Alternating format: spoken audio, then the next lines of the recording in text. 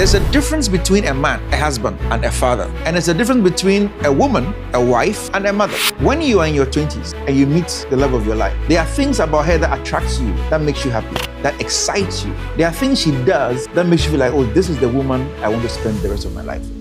Then years on, you guys decide to get married. First 2-3 years of the marriage, she is your wife. But when a woman becomes your wife, there are certain things you can't subject her to. But you could have subjected her to that when she was a woman. Because when she's a woman and you're a man, it's free range, But again, time when you are man and woman was the firebrand of the relationship. You understand? Because passion was very high. The excitement was very high. In fact, it was the man that the woman married. And it was the woman the man married. It wasn't the wife. Then she becomes a wife. And you become a husband. The difference between the woman and the wife is not very fast, but they are there. Later, I'll go into the details. A few years down the line, she gets pregnant.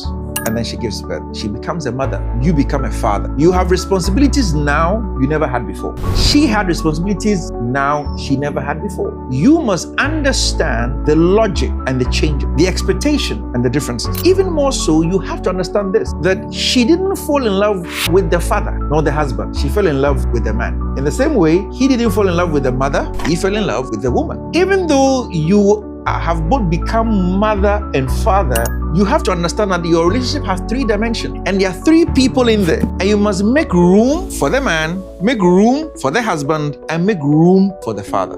If you only focus on the father and you are no longer the husband or the man, after some time you have problems. Because the emotion didn't come because you were mother and father. The emotions came because you were man and woman. The emotions grew because you were husband and wife. If you don't understand how these 3 things play out and how to make room to let these 3 things become present, of course, their percentages may shift from time to time. But if you don't make time in your marriage to still be the man, be the husband, and be the father, and you are always the father, very soon your wife can start looking for another man. And if you don't make time as a woman to create the space to be the woman, be the wife, and to be the mother, very soon your husband will start looking for a woman. Why? Because the husband in him can only relate to the wife in you. The father in him can only relate to the mother in you. And the man in him only relate to the woman in you.